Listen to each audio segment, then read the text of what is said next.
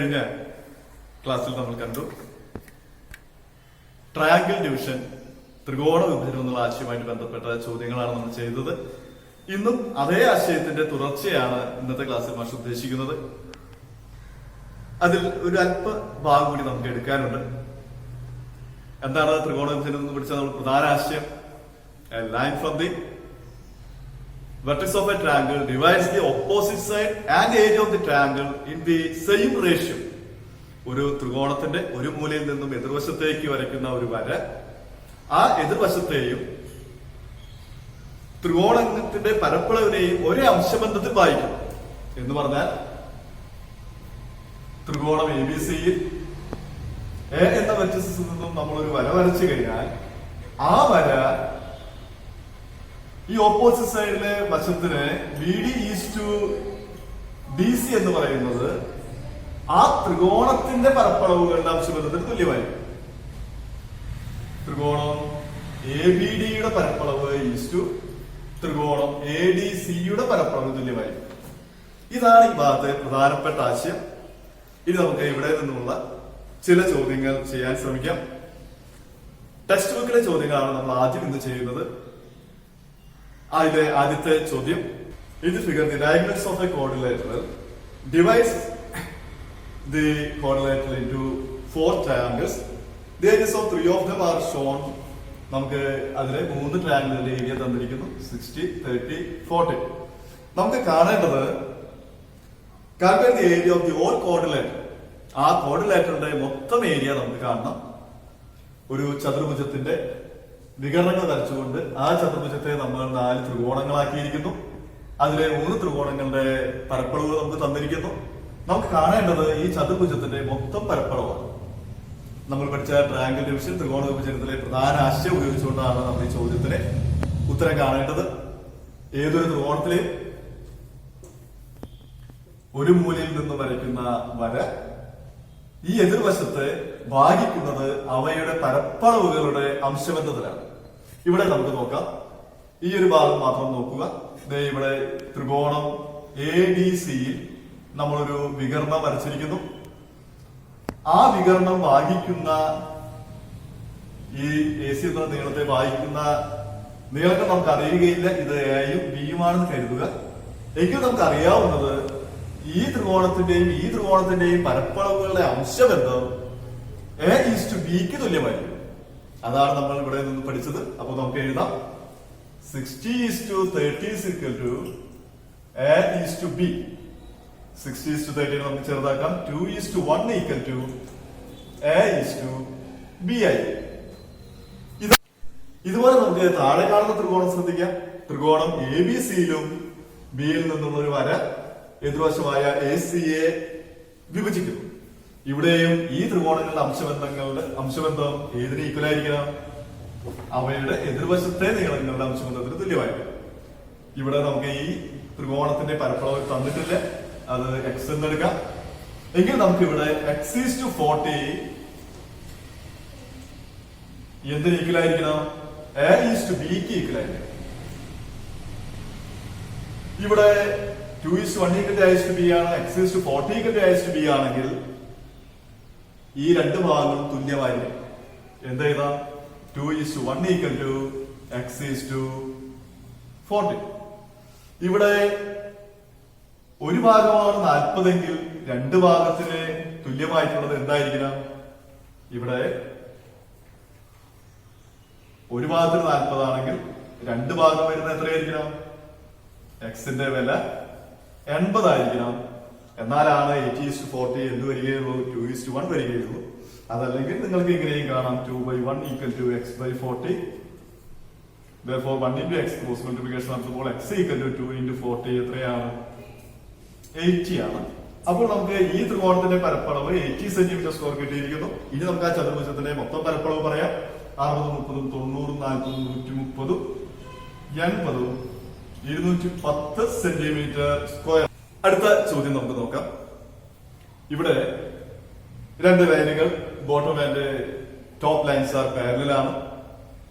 താഴെയും മുകളിലുമുള്ള വരകൾ സമാന്തരങ്ങളാണ്. ഇവിടെ ഷെയ്ഡ് ചെയ്തിരിക്കുന്ന രണ്ട് ത്രികോണങ്ങൾക്കും ഒരേ ഏരിയ ആണെന്നാണ് നമുക്ക് കാണിക്കേണ്ടത്. നോക്കാം. ഇവിടെ ത്രികോണങ്ങൾക്ക് നമുക്കൊന്ന് പേര് കൊടുക്കാം. എ ബി സി ഡി ആണെന്ന് കരുതുക. നമുക്ക് കാണിക്കേണ്ടത് ഈ ഭാഗത്തിന്റെ പരപ്പളവും ഈ ഭാഗത്തിന്റെ പരപ്പളവും തുല്യമാണെന്ന് കാണിക്കണം. തന്നിട്ടുള്ള പടത്തിലെ മഞ്ഞ ത്രികോണത്തിന്റെയും ചുവന്ന ത്രികോണത്തിന്റെയും പരപ്പളവുകൾ തുല്യമാണെന്നാണ് നമുക്ക് കാണിക്കേണ്ടത്. ഇവിടെ ത്രികോണം എ ബി സിയുടെ പരപ്പളവും ത്രികോണം എ ബി സിയുടെ പരപ്പളവും ത്രികോണം എ ബി ഡിയുടെ പരപ്പളവും തുല്യമാണെന്ന് നമുക്കറിയാം. എന്തായിരിക്കും കാരണം? ഒരേ പാദമായി സമാന്തരരേഖകൾക്കിടയിൽ സ്ഥിതി ചെയ്യുന്ന മൂന്നാമത്തെ മൂല സമാന്തരരേഖകൾ എവിടെ വന്നു കഴിഞ്ഞാലും ആ ഉണ്ടാകുന്ന ത്രികോണങ്ങൾക്കെല്ലാം ഒരേ പരപ്പളവായിരിക്കും. അപ്പോൾ ഇവിടെ ത്രികോണം എ ബി സിയുടെ പരപ്പളവും ത്രികോണം എ ബി ഡിയുടെ പരപ്പളവും തുല്യമാണ്. ഈ ചെറിയ ത്രികോണങ്ങളിലെ പരപ്പളവുകൾ നമുക്ക് സൗകര്യത്തിനായി ഇത് എ എന്നും ഇത് ബി എന്നും ഇത് സി എന്നും എടുക്കും. അപ്പോൾ ത്രികോണം എ ബി സിയുടെ പരപ്പളവും ത്രികോണം എ ബി ഡിയുടെ പരപ്പളവും തുല്യമായതുകൊണ്ട് ത്രികോണം എ ബി സിയുടെ പരപ്പളവ് നമുക്ക് എങ്ങനെ പറയാം? എ ബി സിയുടെ പരപ്പളവ് എ പ്ലസ് ബി എന്ന് പറയും. സമം അത് ത്രികോണം എ ബി ഡിയുടെ പരപ്പളവിന് തുല്യമാണ്. എ ബി ഡിയുടെ പരപ്പളവ് എന്ത് വരും? ബി പ്ലസ് നമുക്ക് കൊടുത്ത വിലകൾക്കനുസരിച്ച് നമുക്ക് എന്ത് ചെയ്താം? ബി പ്ലസ് സി എന്ന് എഴുതാം. രണ്ടു ഭാഗത്തും ഒരേ പോർഷൻ ബി വരുന്നു. രണ്ട് ത്രികോണങ്ങളിലും ഒരേ പോർഷനായിട്ട് എന്തുണ്ട്? ഈ ചെറിയ ത്രികോണം ഈ ഏരിയ വരുന്ന ഭാഗമുണ്ട്. ആ ഭാഗം നമുക്ക് കളയാം. കളഞ്ഞു കഴിഞ്ഞാൽ നമുക്ക് എന്ത് കിട്ടും? എ ഈക്വൽ ടു സി ആയി എന്ന് പറഞ്ഞാൽ നമ്മുടെ ചോദ്യത്തിലെ മഞ്ഞ ത്രികോണത്തിന്റെ പരപ്പളവും ചുവന്ന ത്രികോണത്തിന്റെ പരപ്പളവും തുല്യമാണ്. നമുക്ക് നോക്കാം. In the figure, the diagonals of a trapezium split into 4 triangles. നമുക്ക് തന്നിരിക്കുന്ന ട്രപ്പീസിയമാണ്. ആ ട്രപ്പീസിയത്തിനെ നമ്മൾ ഡയഗണൽ വരച്ച് 4 ട്രയാങ്കിൾസ് ആക്കിയിരിക്കുന്നു. അതിൽ യെല്ലോ പാർട്ടിന്റെ ഏരിയ 10 സെന്റിമീറ്റർ സ്ക്വയറും ഗ്രീൻ പാർട്ടിന്റെ ഏരിയ 20 സെന്റിമീറ്റർ സ്ക്വയറുമാണ്. നമുക്ക് കാണേണ്ടത് ആ ഓൾ ട്രപ്പീസിയത്തിന്റെ ഏരിയ കാണാം. ആ ഓൾ ട്രപ്പീസിയത്തിന്റെ ഏരിയ ആണ് നമുക്ക് കാണേണ്ടത്. കഴിഞ്ഞ ചോദ്യത്തിന്റെ ഒരു തുടർച്ചയാണ് ഈ ചോദ്യം എന്ന് നമുക്ക് പറയാം. കഴിഞ്ഞ ചോദ്യത്തിൽ നമ്മൾ കണ്ടിരുന്നു ഇങ്ങനെ ഒരു ട്രയാങ്കിളും ഇങ്ങനെ ഒരു ട്രയാങ്കിളും രണ്ട് പാരലൽ ലൈൻസിന്റെ ഇടയിൽ ഒരേ ബേസുമായിട്ട് ഉണ്ടായി കഴിഞ്ഞാൽ ഈ ട്രയാങ്കിളിന്റെ ഏരിയയും ഈ ട്രയാങ്കിളിന്റെ ഏരിയയും തുല്യമാണ്. ഇവിടെ ട്രപ്പീസിയം ആയതുകൊണ്ട് ഈ ലൈനും പാരലൽ ലൈൻസ് ആണ്. അപ്പോൾ നമ്മുടെ കഴിഞ്ഞ ചോദ്യത്തിന്റെ തുടർച്ചയായിക്കൊണ്ട് തന്നെ ഈ ട്രയാങ്കിളിന്റെ ഏരിയ 10 ആയതുകൊണ്ട് ഈ ട്രയാങ്കിളിന്റെ ഏരിയ എത്ര തന്നെയായിരിക്കും? 10 തന്നെയായിരിക്കും. അപ്പോൾ നമുക്കിനി കാണേണ്ടത് ഈ ഒരു ട്രയാങ്കിളിന്റെ ഏരിയ ആണ്. ആ ട്രയാങ്കിളിന്റെ ഏരിയ കണ്ട് 4 ട്രയാങ്കിളിന്റെ ഏരിയ കൂടി കൂട്ടിക്കഴിഞ്ഞാൽ നമുക്ക് ഈ ട്രപ്പീസിയത്തിന്റെ ഏരിയ. ഇവിടെ നമ്മുടെ ത്രികോണ വിഭജനം അഥവാ ട്രയാങ്കിൾ ഡിവിഷൻ എന്നുള്ള ആശയം ഉപയോഗിച്ച് നമുക്ക് എന്ത് ചെയ്താം? ഈ ട്രയാങ്കിൾ എ സി ഡി എന്ന ത്രികോണത്തിൽ ഡിയിൽ നിന്നും ഒരു വര വരച്ചു കഴിഞ്ഞാൽ അത് എ സി എന്ന വശത്തെ ഭാഗിക്കുന്നത് ഈ ത്രികോണങ്ങളുടെ പരപ്പളവുകളുടെ അംശബന്ധത്തിലായിരിക്കും. അപ്പോൾ ഇവിടെ ഈ നീളങ്ങൾ എയും ബിയും ആണെന്ന് കരുതുക.